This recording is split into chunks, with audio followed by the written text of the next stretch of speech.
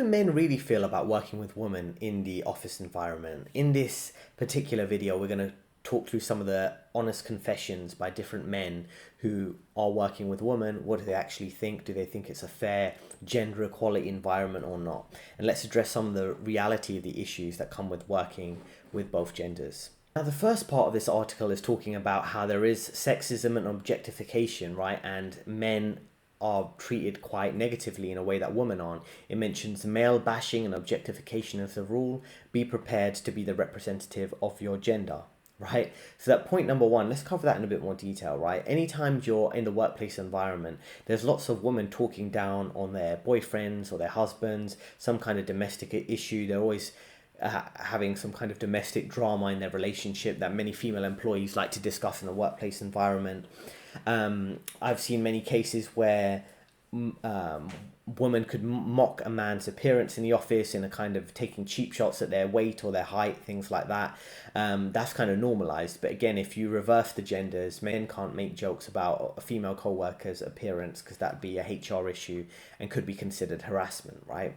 And then also, like I say, many female employees, married women, would be talking about other men in their personal lives, whether it's their husband or they have an inappropriate relationship with their work husband, all types of weird double standards there that really do benefit women over men, right? And it's something you see every day as a man working in the corporate environment.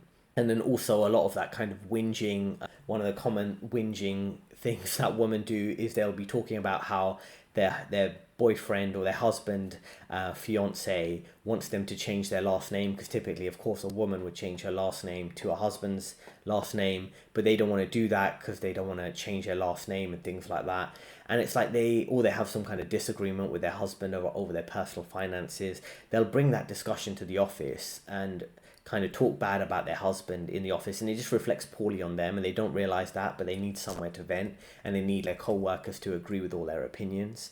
So this is a type of weird double standard that you have to tolerate if you're a man in the workplace environment, perpetual whinging from female co-workers. And another point is staying away from the drama.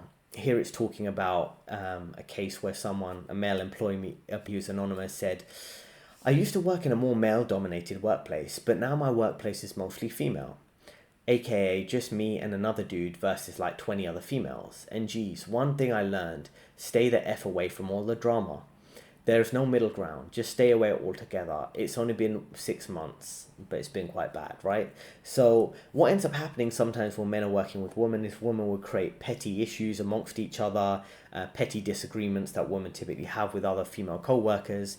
And as a man, you can get caught up in between that. I remember, just to give an example, if you're new to the channel, I've worked in finance for over 10 years at Goldman, Morgan Stanley, and other companies.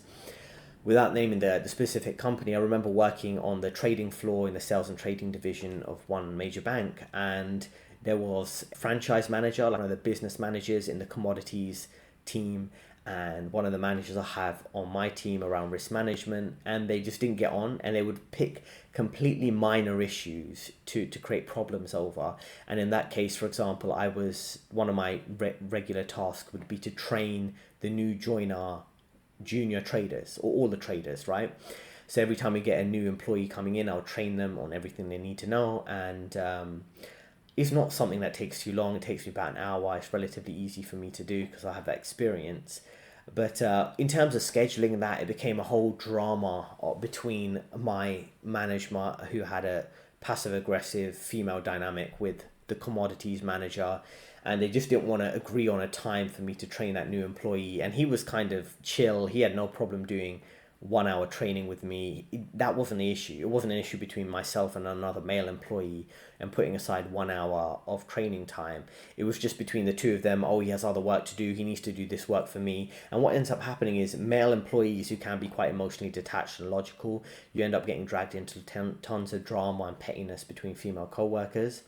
And what ends up happening is work becomes about absolutely everything apart from the work itself. The appearances, what dresses people are wearing, what clothes people are wearing, social climbing, job titles, people who's in the popular group, who's popular with senior management, who's sucking up to senior management, who's getting more validation and attention. It becomes a bunch of petty high school politics, right? It turns into like that movie, The Mean Girls, with Lindsay Lohan. That's what ends up creating being created in the workplace environment a lot of the time, right? And you have to be careful with getting dragged into that, because women will want you to agree with them for their own attention and validation, right? Each woman has their own take on the drama, their own side, and you kind of being dragged into play into that and take one position over the other. So it's important not to get dragged into that game, because you essentially can't win, right, when you do participate in that as a man. Number 3, we have this point, attention isn't that bad. I worked at Wendy's for about a year that was 60-40, while not dominated, it was majority woman. I honestly had a lot of fun, but if I'm honest, I got a lot of attention from them. I was 25 and they were all mostly 18 to 20 or 35 plus. So the key thing here he's mentioning is that women will flirt and make inappropriate comments just to get through the day, asking men about their personal life, about their dating life. But if you reverse any of those statements, any of those jokes, anything that could be perceived as flirting will be considered inappropriate from the man doing it. But women are given full reign to say and do what they want. Not only just talk negatively about men, but make inappropriate comments about men in a playful way. But if you do it as a male, you'll be criticized, right?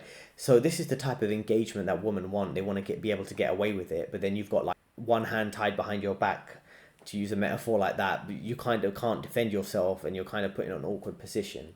And women are fully aware of all the biases in their favor, the same way they'll leverage any of these biases by whinging and going to HR or employment relations to scapegoat a man or make an allegation against a man based on how they felt about one little thing he said, right?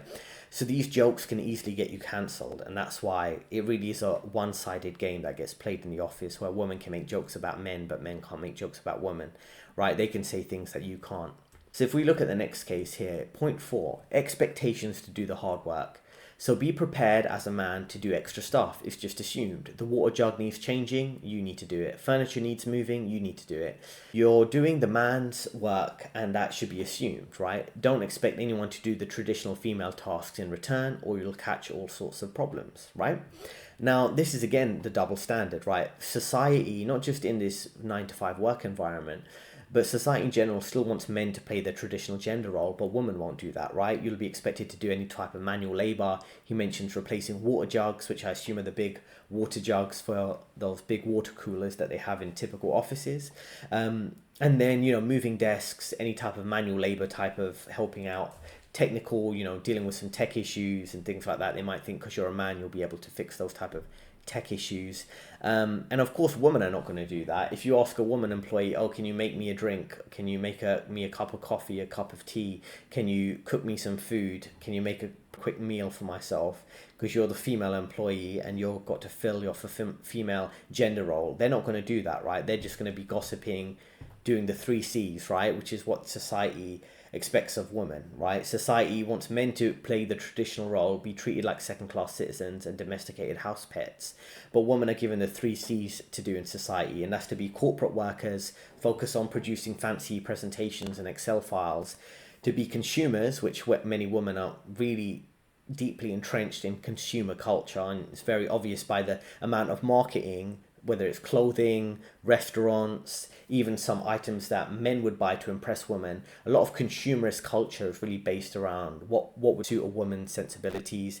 I think there's a statistic out there that the majority of disposable income, like something ridiculous like 70% of disposable income, is determined by the woman's spending, in the sense that if you have a married couple or people in a relationship, when it comes to buying items together, like buying a new sofa, buying a new bed, refurbishing your own home, women will make all of those decisions, and they could be very costly items. So a man might be paying for a lot of it, but a woman will still be making those consumer decisions. Expensive restaurants, expensive clothing, as I say, all of these decisions are made by women, right? So there's 3 C's that women do, which is be corporate workers, be consumers, which I just explained. And the third C, I'm not going to say the third C, but you can maybe fill in blank for yourself. But that's quite interesting. The expectations for you as a man to do the hard work, to fulfill the traditional gender roles still exist there. But again, not for women. So just be conscious of that. That's why I try to encourage all the men out there to realize every other demographic's looking out for their own best interests, right? The baby boomer generation living off their pensions that still exist for them, or there might be women who get the benefits of hiring and promotion benefits. All the marketing and the media is all biased in their favor.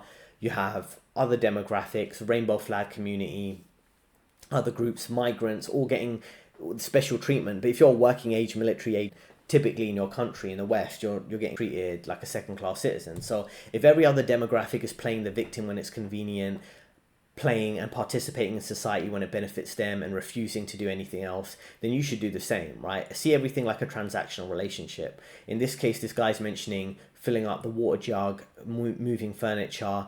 I would just refuse to do it. I'll just say that's not just part of my role, or I'm just quite busy with my work. You can kind of say it in a nice way that you're busy rather than getting dragged into that. And women will typically just expect you to do those things, right? And if they keep being confrontational, just kind of continually, politely, in a passive aggressive way, say you can't do that, you don't have time for that, until they take the hint. The same way female co-workers will be passive aggressive with you. Then the next point we have here is around some women being crude. Crudeness is big. Crudeness is the biggest thing. A woman can get away with harassment, a lot more too. It's getting better, but still not equal to how they treat men. So like I say, women can say and do whatever they want and have zero accountability. And any failure to keep up responsibilities, they'll get a free pass to do what they want. They can be physically inappropriate with how they touch a male employee or what they say. But you can't do the same the other way around. And this is what I mean. When you're in the corporate environment, you shouldn't be surprised, well, society shouldn't be surprised how many men are dropping out. You're just treated like, in such a negative way, like you're a bad person because you're a man, you're toxic because you're a man. Anything you say could be misinterpreted and could be a lot of spin against you. So there's no surprise, like I say, men are dropping out or looking for alternatives. So let me know in the comments some of your experiences in dealing with these 5 points. So I'll just repeat them just so it's clear. So the first point we covered was around objectification of men, drama when it comes to women, getting attention from women that might not be bad but could be inappropriate, bias expectations for you to do more work or other type of gender roles like physical labor, even if that's not your task at work, women being crude. So these are all kind of key considerations for you to take into account when you're in the workplace environment, and if you want to be there long term, right? Because I think you can deal with a little bit of bias, a little bit of, being friendly or being extra helpful at work. But I think the line's been crossed, not just for me, but for many other men out there. And that's why you see millions of men raising the same type of issues. And as a side point, I remember speaking with a mental health therapist about some of these points. And while she seemed to get other kind of broad societal trends, she doesn't seem to recognize this. And you realize all the other demographics in society, apart from working age, military age men, they don't seem to get this. They don't seem to get this bias. And if society doesn't want to adapt to looking out for how many men are dropping out of society or adapting to this type of environment, they're going to learn the hard way. And like I say, that learning the hard way, which isn't a threat or anything, if just you see men dropping out, doing less at work, finding out all the little scams and schemes and loopholes to exploit this system the same way everyone else is. If you're not going to give special treatment to men the way you give it to women, you're going to have men who, quite frankly, are a lot smarter, who are going to be able to navigate and finesse this system in a much better way than every other demographic. Working age, military age men are the backbone of any civilization, any empire, any country. And if they start finessing the system the way these politicians are, the way the girl bosses are, the way a lot of the boomers are, the way migrants are, the way other demographics are, you're going to see the whole system get rug pulled completely. It's like a house of cards just collapsing in on itself, because you're all counting on this one demographic and participating in a social contract that is not working for them whatsoever. Now, if you are new to the channel, as I say, I've worked at some of these top companies for over 10 years. I offer career advice. Link in description if you want to speak with me. There are 2 recommended videos on your screen right now, and I'll see you next time.